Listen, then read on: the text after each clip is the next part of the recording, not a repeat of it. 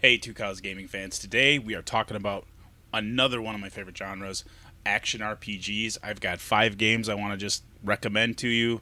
It's going to be a lot of fun, and then we're going to talk about my all time favorite action RPG. So stay tuned, and we'll be right back.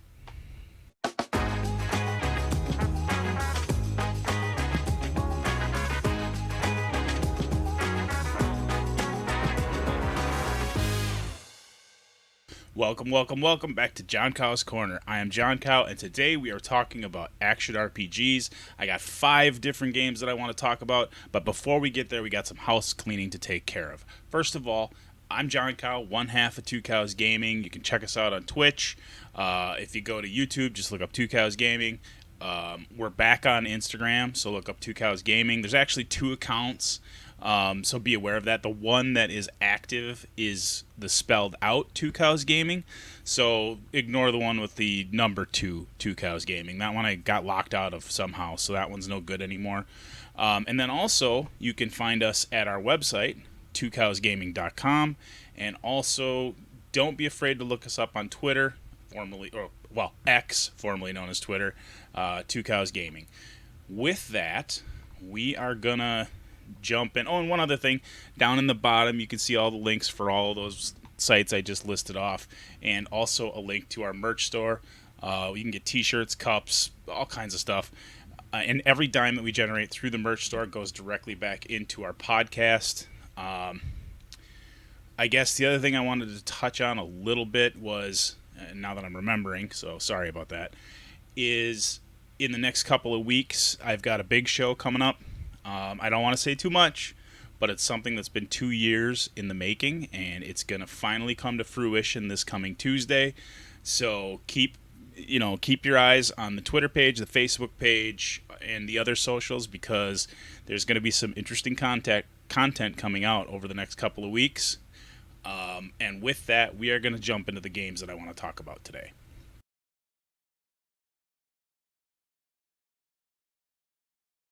All right, to get started today, like I said, we are talking about action RPGs, and the first one I want to talk about is one that was not widely popular.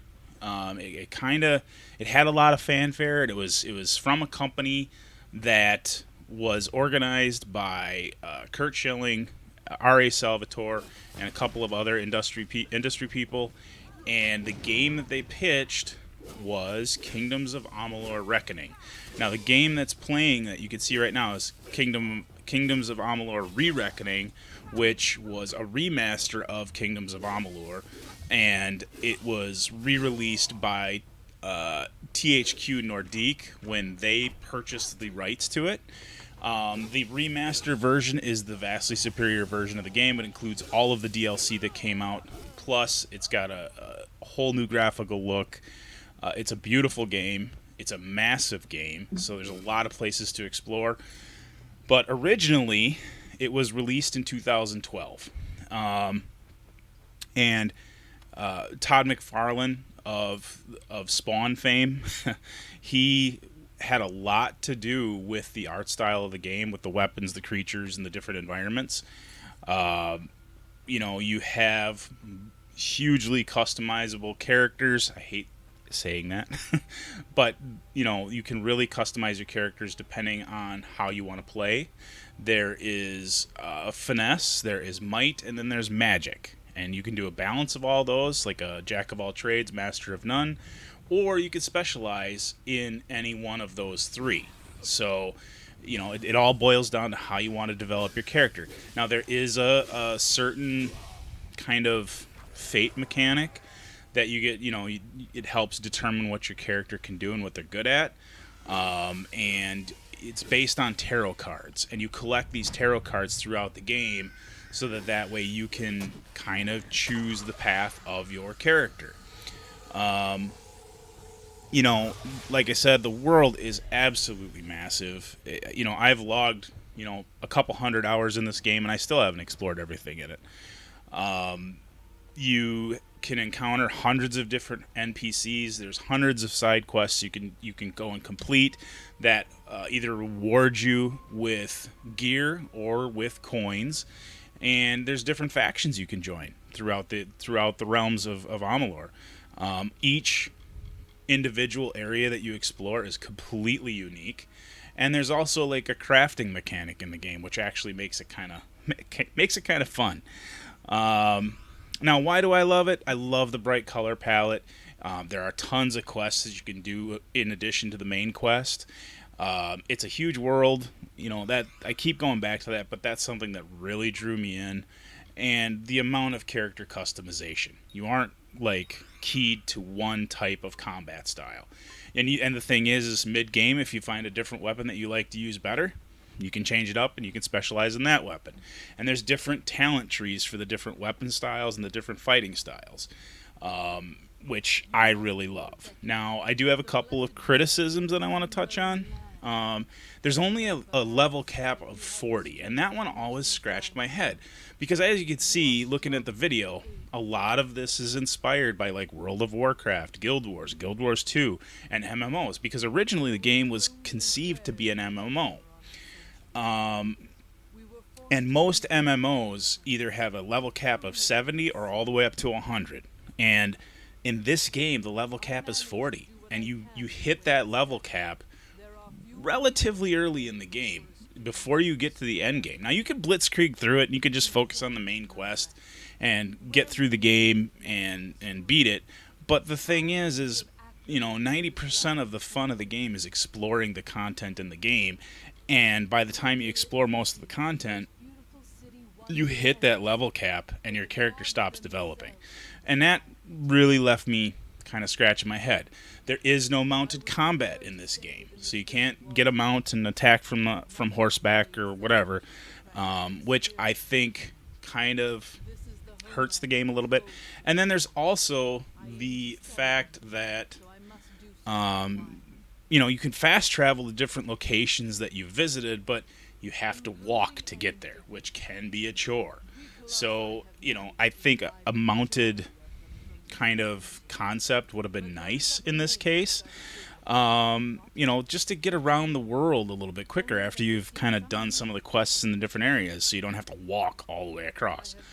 And then finally, the last criticism, which I think is fairly significant, is that the camera can be kind of wonky. It's a free-floating camera that you can rotate with the right stick as you wander around and look at the world. And sometimes when you get too close to different types of terrain or you get trapped by a creature, your camera can kind of glitch out, and that can be kind of frustrating. So just a couple little minor criticisms that I have of the game.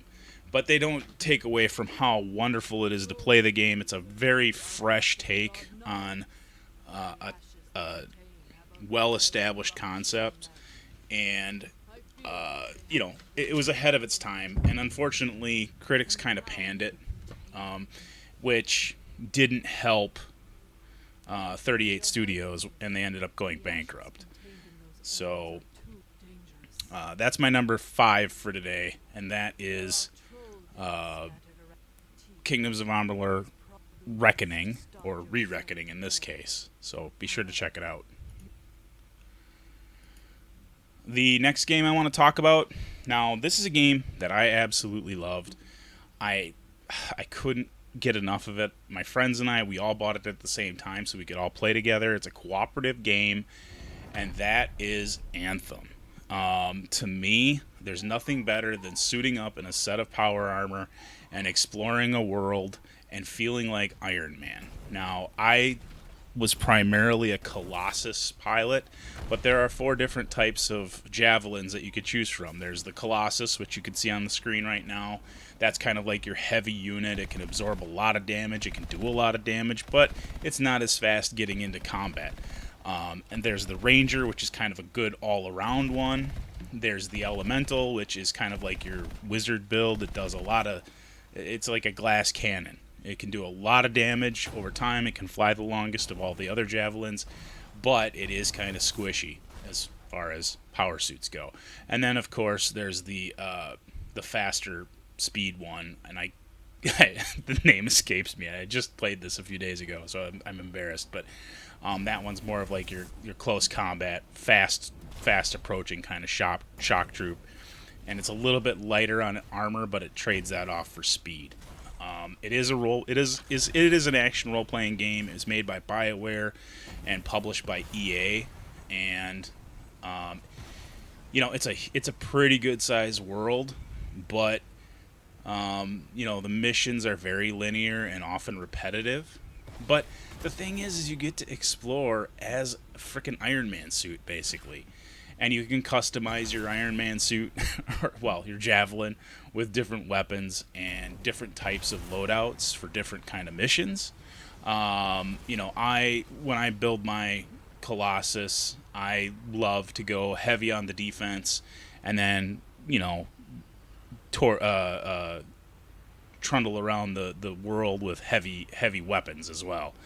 And so I'm more of a walking artillery unit rather than a defensive unit, and that seems to work pretty well. There is an overheating mechanic. There's a little bar right down in the bottom there that you can see, and as that gets full, that means the engine on your javelin is going to overheat. You can cool it down by landing, or you can fly through waterfalls or dive into water, and that will cool it off. So right there, my engine overheated. It's just a lot of fun to play. The core game, the core adventure takes about 17 hours to beat, which it's not a very long game.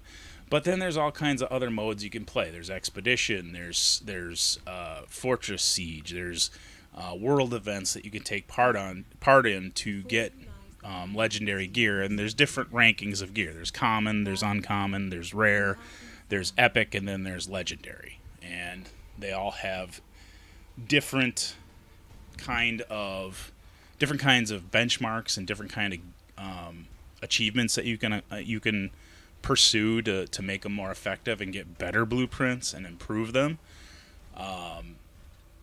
And overall, it's a lot of fun to play. I really enjoy it. It was released in 2019. There's cooperative play for up to 4 people. Expeditions are always online with other people, and you don't have to worry about fighting other PCs. You can just play the game and enjoy it. There's loot and scoot elements. There's different chests stored around the map. There's different kind of enemy hideouts that you can kind of raid repeatedly to get gear and engrams, basically, to unlock better weapons. And I guess my other question is who doesn't want to be Iron Man? Seriously, who doesn't? It's a fun game to play. Now, here again, a couple criticisms that I have is that I thought the campaign was too short, and in reality, EA did not support this game. They shut it down, and so very little in the way of DLC came out when the game was released, and there was just no support. Now the servers are still on; you can still play it. It's included in Game Pass and EA Play. You can, if you don't have access to that, I believe you can get it on PlayStation. As a PlayStation Plus subscriber, I think it's included in the subscription, and you can get it on PC for Steam. There's all kinds of achievements and trophies that you can unlock, but it's a lot of fun. It's just a great game if you want to kill an hour or two, go out, explore, get some good gear, and then you're done. I really wish that they had been able to bring out the DLC for this game. And then, of course, the camera is a little bit wonky in parts, which is often the case with third-person shooters and third-person adventure games. The camera can get wonky in different kind of terrain and different kind of situations. So, if you haven't checked it out, I would strongly recommend it. It's a BioWare game, so you know the story's tight, but it is a little short.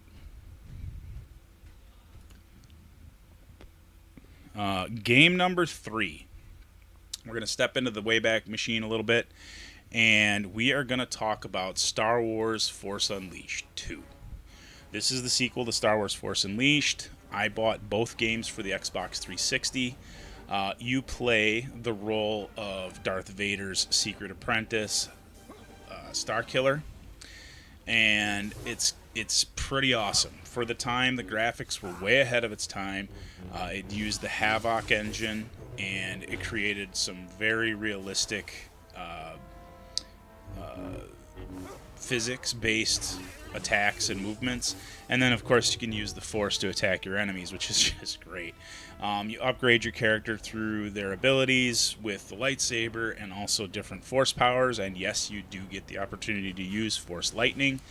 One of my favorite things to do is grab 2 or 3 stormtroopers with the Force and throw them into the other stormtroopers, which is just fantastic. The story is pretty engaging. Now, when Disney bought Lucasfilm and LucasArts, they declared that this is part of the Extended Universe Legends, so it's not canon anymore. When it was originally designed for LucasArts before Disney bought the license and the IP, it was canon, and Disney said, no, we're not going to have that be canon anymore. The main character is voiced and mocapped by Sam Witwer. He's a fantastic actor. I first came into learning about him through Smallville on CW. He played Doomsday, and he's a great actor. His voice is awesome in this, and Force Lightning, man. You can run around and use Force Lightning. But each combat against larger units, there are finishing moves. You maybe just saw me do one against one of the ATSTs, and it's just a lot of fun. You get to fight Sith acolytes, you get to fight Rancors, you get to fight different mechanical units from the Empire. You can even take on TIE fighters and a couple of assault shuttles, which is fantastic. But here again, I do have a couple minor criticisms. Now, this one's going to be a constant going through all these games, but the camera gets wonky. And, it's just a hazard of the nature of third-person games. You get trapped in a corner, and the camera can't track behind you to see what's going on in front of you, so you just kind of have to mash buttons and get through it. There's one of my favorite moves, throwing the stormtroopers into each other. You can collect different lightsaber crystals that have different capabilities. There's different puzzles to solve, either using the Force, using your lightsabers, or a combination of the two. It's a fun game, and you get to kind of run around and be a badass, which I love. This game made this kind of play more accessible than even Jedi Fallen Order. This game came first, and I personally think this is a better game. There's different costumes you can unlock for Starkiller. And at one point in the first game, you actually get to take down a Star Destroyer, which is also pretty cool.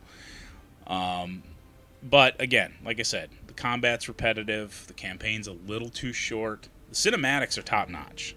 You won't be disappointed because there are cinematics throughout the game, and they are top-notch. The voice acting is fantastic. The person that plays Darth Vader is great. And the combat is actually really smooth, despite the wonky camera.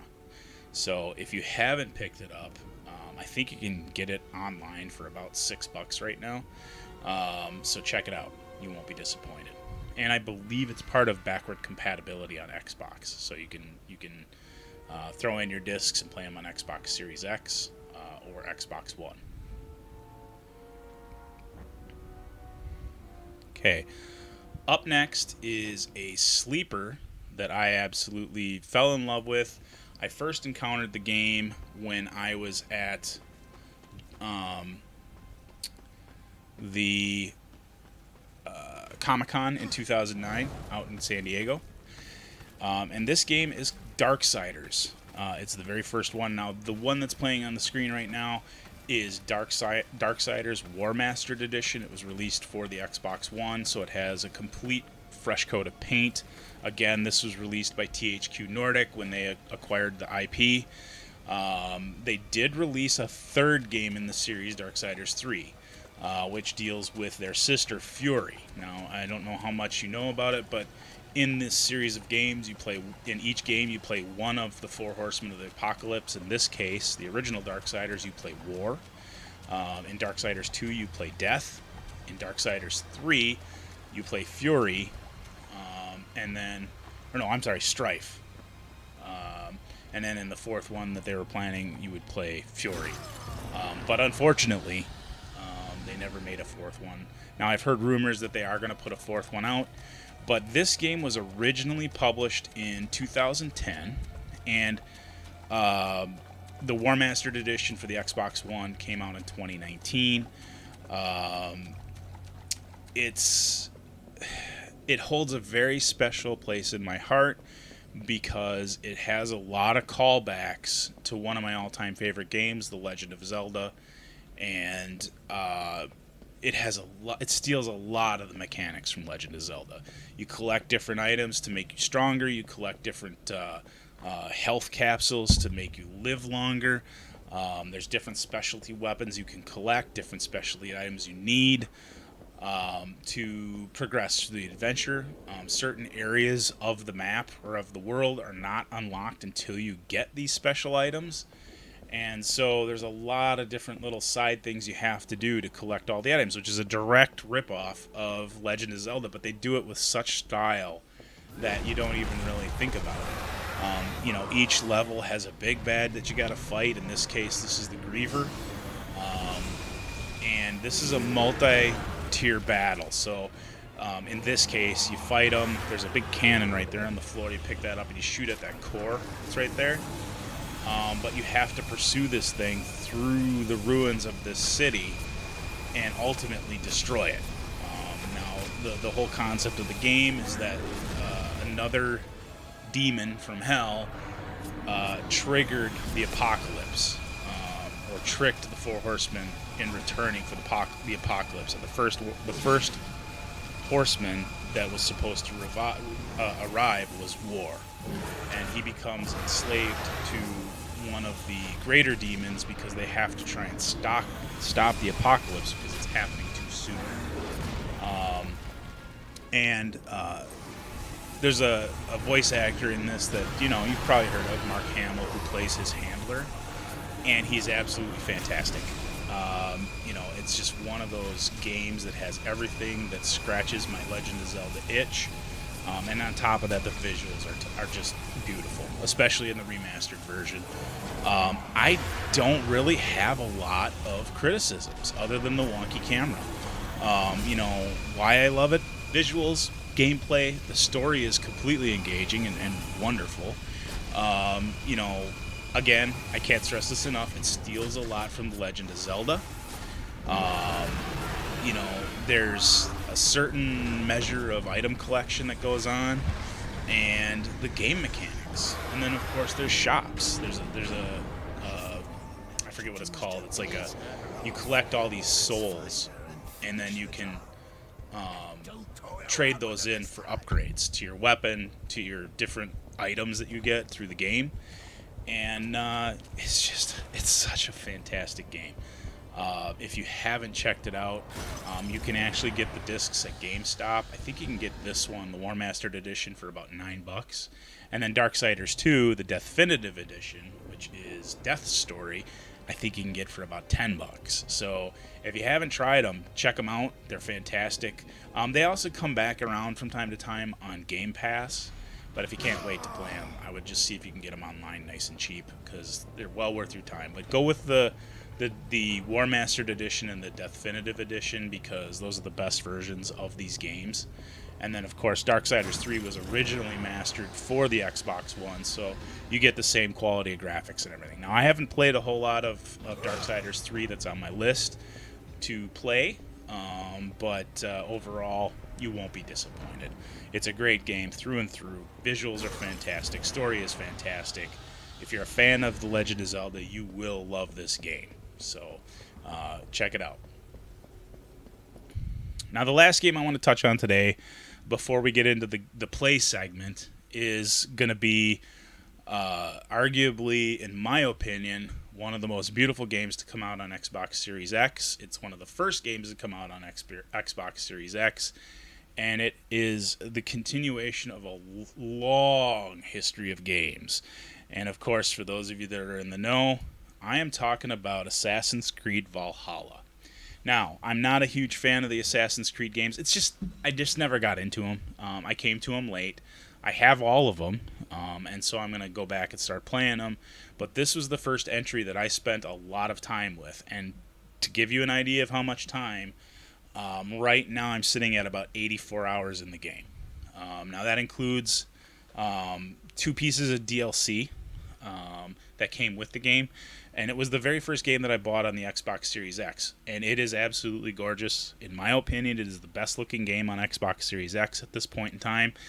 And you play Ivor, a Viking who leaves his homeland to go raid England.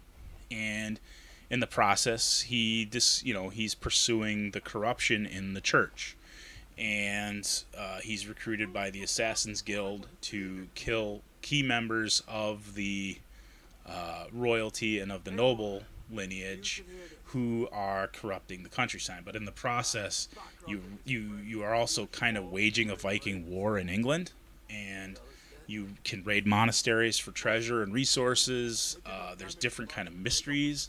There's a certain measure of spirituality and the supernatural in this game. There's different sites that you can go to where magic is involved, and you got to figure out how to beat the enemies.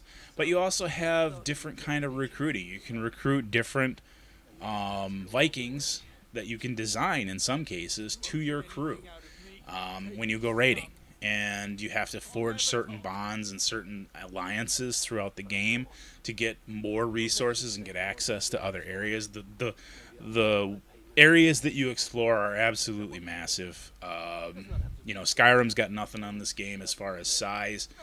You start in the north, and you explore that whole area and unlock a lot of secrets there. Then you make your way to England, and you start raiding in England, and England just keeps getting bigger and bigger and bigger. And there's all kinds of different places you can raid to get resources, and you're supposed to build up your Viking settlement in England. And it's absolutely a breathtaking game. As you can see, the visuals are just fantastic. There's different types of armor. There's hundreds of different skills that you can unlock for Ivor. And everything's kind of based on a power. So, as far as, a power ranking, they don't do levels so much in this game. It's like, okay, with this gear, improved to this point, with these skills, you have this power level. So down at the bottom, you can see that 180. That's my power level. And you can go for a while. I don't know what the cap is. I don't know what the soft cap is. But right now, because of the new Jotunheim expansion that came out, well, it's not new anymore. It came out about a year and a half ago. But with that expansion, as you can see, it's unlocking all kinds of new skill trees for Ivor to learn. There's different kinds of armor, and as long as you match the sets based on your skills, you get different bumps in your abilities. It's one of those games that there's a lot of synergy between the different gear you equip and the different skills that you learn. So if you haven't checked it out, this game has got so much going on mechanically and story-wise and visually that you just... It's hard to cover it all right now in one little 5-minute segment. But I would strongly check it out. It was released in 2020 when the Xbox Series X came out. It actually came out a little bit before the Xbox Series X, but I didn't play it until I got the Xbox Series X because I wanted to really experience the 4K and the full effect of the visuals. Again, the reason I love it, gorgeous visuals, Vikings doing Viking things. The combat is absolutely fluid, including assassinations. Huge areas to explore, and it's got a great story. There's no two ways about it. It is a fantastic story, and this game actually created an interest for me to go back and play the other games. Shortly after this game came out, that Christmas season, I managed to take advantage of a sale on Xbox, and I bought all the other Assassin's Creed games. So I'm slowly getting into the other games, and I can't wait to play them. As far as criticisms for this game, I have nothing. To me, it is a fantastic game. If I were going to rate it on a scale of 1 to 10, this would be an 11. It's that good. If you don't have it, get it. If you have it, play it again. You know what I'm talking about. It's a fantastic game. Don't be afraid to check it out. It's very accessible. You don't have to have played the other Assassin's Creed games to know what's going on. But you know, I mean, it doesn't hurt. But I jumped right in and I hadn't played any of the other ones. I knew the general kind of concept of the Assassin's Creed games. And I'm not going to ruin that for anybody. It's kind of cool the way they do it. But you know, if you're looking for a game to kind of get you into the Assassin's Creed games, this is a good one to start with, because it's easily accessible. So, with that, that's going to wrap up the games recommendation segment, and we are going to go into the gameplay segment next. And I am really looking forward to talking about that game. So just hang on. I got a little transition here for you guys, and then we'll jump into that.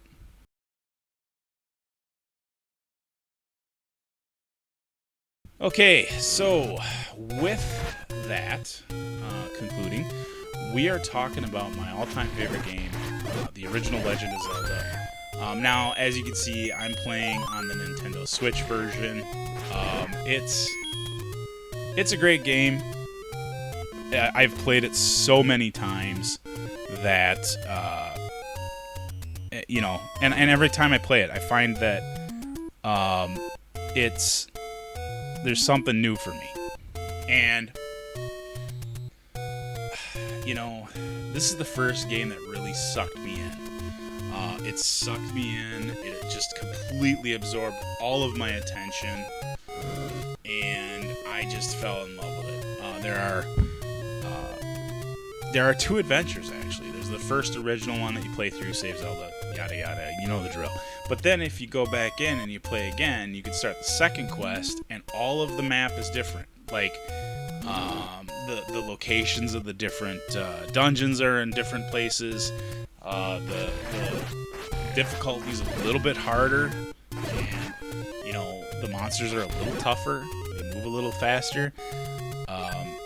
It's such a great game. It is such a great game. I regret to this day trading in my Gold Pack edition of The Legend of Zelda. It's just, to me, it's the perfect game. You have Link that you level up with hearts every time you defeat a dungeon, or you know, through exploring you can find heart pieces, and that's kind of how you represent his level. You get different gear, like the Master Sword. Now, I'm not using the Master Sword right now. It's the upgraded version of one of the earlier swords. There's the large shield, so you can block different attacks, but not all attacks. There's the boomerang, there's the candle, there's the red candle. There's the bracelet that allows you to move big boulders to get to different dungeons.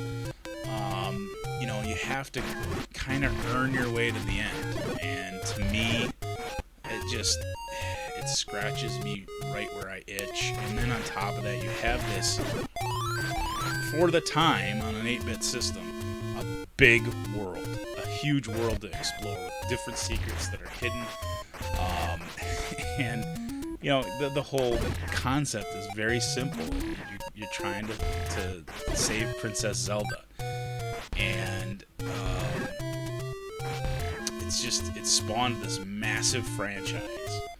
And I sat down to record it earlier today, some of the footage, and it's just, I'm right back playing that game like I did when I was 14 years old.